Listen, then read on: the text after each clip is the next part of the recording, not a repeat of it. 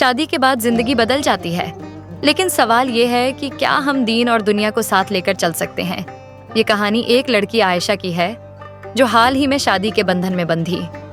شادی کے بعد اس پر کئی ذمہ داریاں آ گئیں، گھر کا کام، شوہر اور سسرال کی خدمت، رشتہ داروں کے حقوق اور اپنی ذات کی دیکھ بھال۔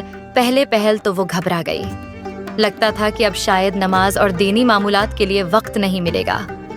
عائشہ صبح سے شام تک کاموں میں مصروف رہتی، کبھی کھانا پکانے میں، کبھی صفائی میں، کبھی رشتہ داروں کی ملاقاتوں میں۔ اکثر ایسا ہوتا کہ نماز قضا ہو جاتی یا قرآن پڑھنے کا وقت نہ ملتا۔ دل میں افسوس رہتا کہ شادی کے بعد میں اپنے دین سے دور ہو رہی ہوں۔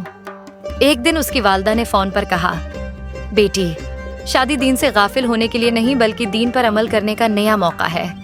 اگر تو گھر کے کاموں کو عبادت کی نیت سے کرے گی تو ہر کام نیکی میں بدل جائے گا۔ یہ سن کر عائشہ کے دل کو سکون ملا۔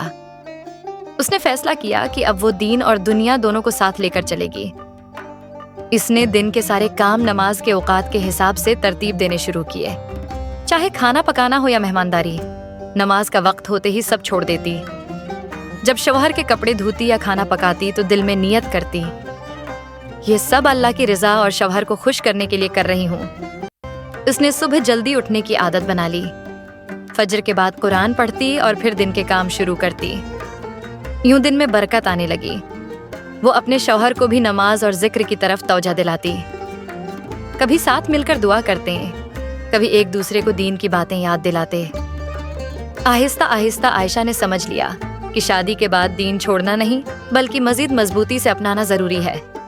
اب اس کی زندگی میں شوہر کے ساتھ محبت، گھر میں سکون اور دل میں اللہ کا ذکر سب اکٹھا ہو گیا۔ سبق دین اور دنیا الگ الگ نہیں ہے۔